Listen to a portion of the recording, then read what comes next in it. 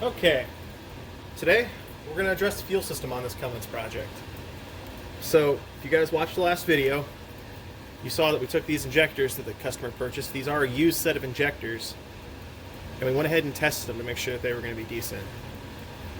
So, we didn't see anything wrong with these, so we are going to go ahead and run these injectors forward. So, got a fresh set of crush washers to go on the end of them. We're going to get these put on. Just like that. And these injectors are going to go in. Now remember how I said there's these little ball on the side of them there? It's going to locate them. You're going to sit that in. It's going to go towards the outside. And that's going to put your return for your fuel on the outside. It only goes in one way. You really can't mess it up. Then we're going to take the retainer. This is the nut that screws down and holds these in. Slide it down over the top. Thread it into the head.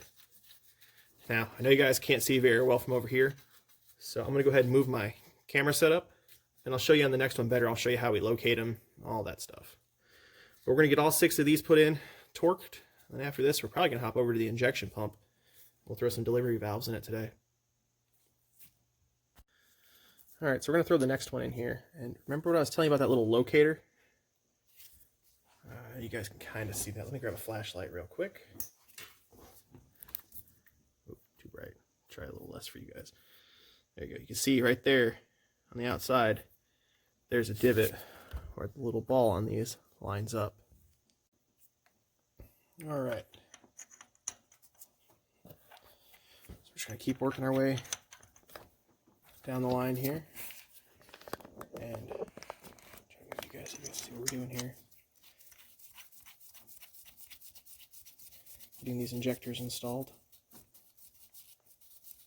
So I try to run these down by hand as much as possible because I don't want to mess anything up as far as getting these in wrong. You don't want to cross thread them or anything like that, obviously. But there's not much to them. So I'm going to get all these installed, all 6 of them. And what I'm going to do is take that small 3/8 ratchet, it's a 3/8 kit and a 1/4 inch ratchet, put a 1/2 inch adapter on, same thing as I did when I did the head studs. Put them on that socket. I'm going to go down the row, snug them all down, make sure that they're all initially seated. Then we'll come back through with the torque wrench, we'll torque the injectors. Alright, so they're all snugged up now. Really, there's nothing to installing these injectors.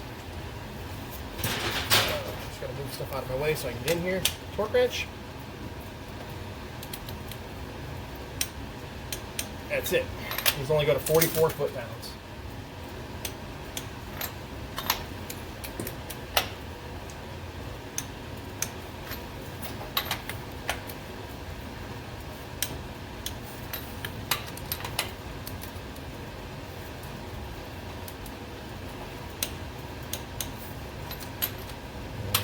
There.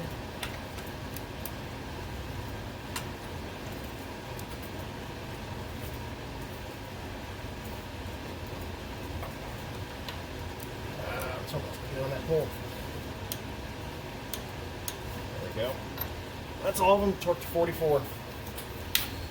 Really easy to do those. Now that that's done, all the injectors are in. We're going to move over to the injection pump. We're going to start throwing delivery valves in this thing. Now that we've got the injectors in, we're going to come over here and do delivery valves. Now these things are torqued. It's about 80 foot-pounds. But this is a 300,000 mile truck. They're probably a little seized. So we got a decent sized ratchet on here. We're going to give one good hard pull. Break it loose. Now that it's loose, ratchet off. Should pretty much come out by hand.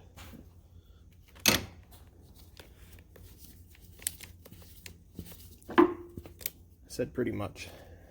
Not quite. Small ratchet though.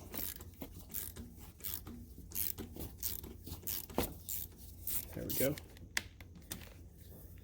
Now, be really careful when we do this. Take this up at an angle, because right there, we want to make sure that the spring and everything comes out with it. Now, there's a spring and a plunger and stuff that's up in here. We're not touching any of that for what we're doing. Maybe we'll get a magnet. We'll continue getting this apart. Okay. Take our magnet. Pull the valve out. And there we go. Now, there are two different styles depending on what you have. This one, where it's got the fatter lip on the bottom, is a 94-95. So 96 to 98.5 don't have that. So because this truck has that style, that means there's a shim in the bottom of this. Now that shim is either aluminum or copper. In this case, it's aluminum. So that sits below them. I need to go see what kit he has, whether that shim goes back in or not. I know the power-driven ones, they don't use it. So I'm gonna go see the new valves we got and make sure that they're not gonna reuse that shim. If they are, I'm gonna clean it and put it back in there. All right, so we're back. Last time we were messing this was on Saturday, and Dynamite Diesel is not open on the weekends. So it's Monday morning. I called them, asked them just to verify, because we had no instructions on these and I've never installed delivery valves from this particular company, but we are just putting the delivery valve in as is. So we removed the shim. It's at the bottom of the bore, and just like with the power driven kits, that gets discarded. Just going to take our delivery valve, drop it down in there. Good on that. And the next thing we're going to do here, very carefully, remove the O-ring.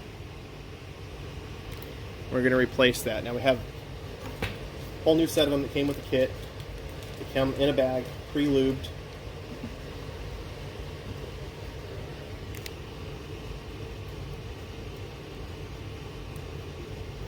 Just going to roll that on there. And when we go to put this back in, I'm going to kind of put it in an angle, hold the spring, and then drop it down in there. And that O-ring is sitting just a little bit low for my liking. There we go.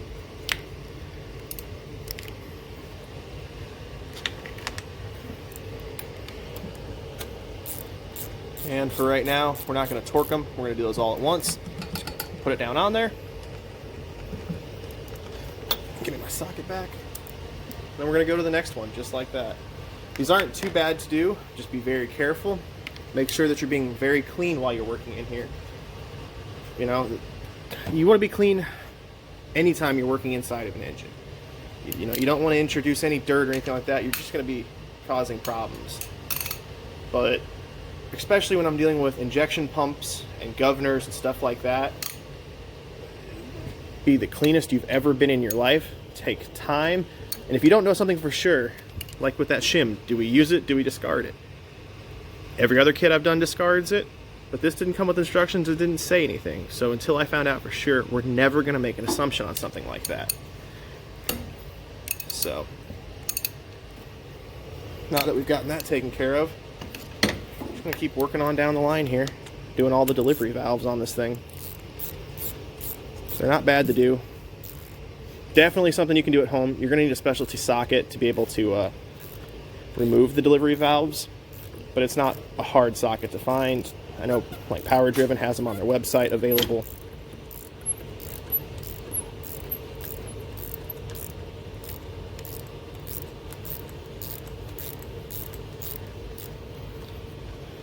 Lean it over when you take it up again.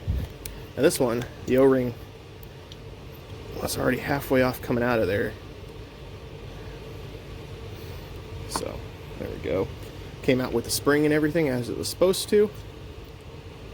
So that's all looking good. Same as before, we'll take our magnet.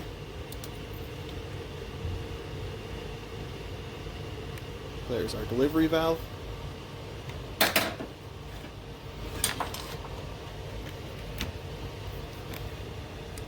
Very carefully take our pick down in there. And we're going to remove the shim again. There we go. want to be careful when you're in there. You don't want to tear stuff up, but that's going to be it. Just going to continue that process all the way down the injection pump, and then we'll come back and we'll get them all torqued up. I guess one thing I don't know if I mentioned in the last clip, if these O-rings weren't pre-lubricated when they showed up, you're going to want to make sure that you put some oil on them before you install them, because you don't want them to catch or tear or drag. But these are pre-lubed. Alright, they're all installed. Went ahead and pre-torqued them all to 25 foot-pounds. So now we're going to go through, torque them all to 80. You want to do this in one motion.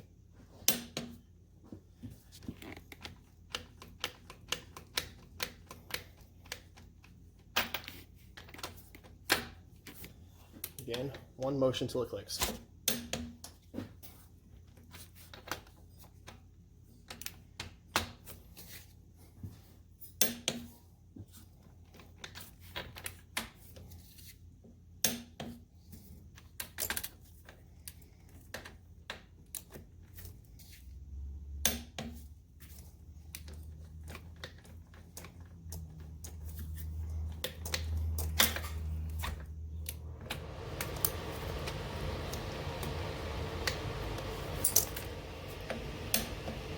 There we go. Delivery valves are installed and torqued. And that dipstick is right in my way.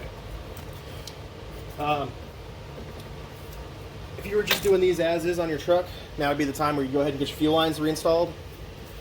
But I've still got more work I'm doing, so I'm going to go ahead and leave that stuff off for right now. But that's it. Those are delivery valve installs on a Cummins. Now, the shim that we were talking about before, that is only going to be found in a 94 or 95 truck. 96 to 98.5, you won't have that shim. Don't even worry about it. Just drop the delivery valves in. I know, like I said before, power-driven kits, you remove the shim. Dynomite diesel confirmed on the phone today. You remove the shims on theirs as well. When you go to take these out, be careful. Kind of rock them sideways. There's a spring in there, shims, and some other parts. If you're not careful, those will go flying, and you'll probably never find them again. So just take your time, be slow. Like I said, be clean. Blow everything off with compressed air before you start. Do your best to make sure that you're not going to get any dirt inside the pump or the fuel system. But overall, they're a really easy way to add some power to your truck. Delivery valves and injectors are a great, simple upgrade. Can make quite a bit of difference on these things. Stay following along in this build. I'm not really sure what we're going to do next in line. Like I said, we still got governor springs to do. We've got a coolant bypass to install. We might do the fluid dampener and run overhead next. Actually, that actually sounds like a really good idea because I can get the top end of the motor sealed up. But anyway, keep following along. There'll be more videos on this truck.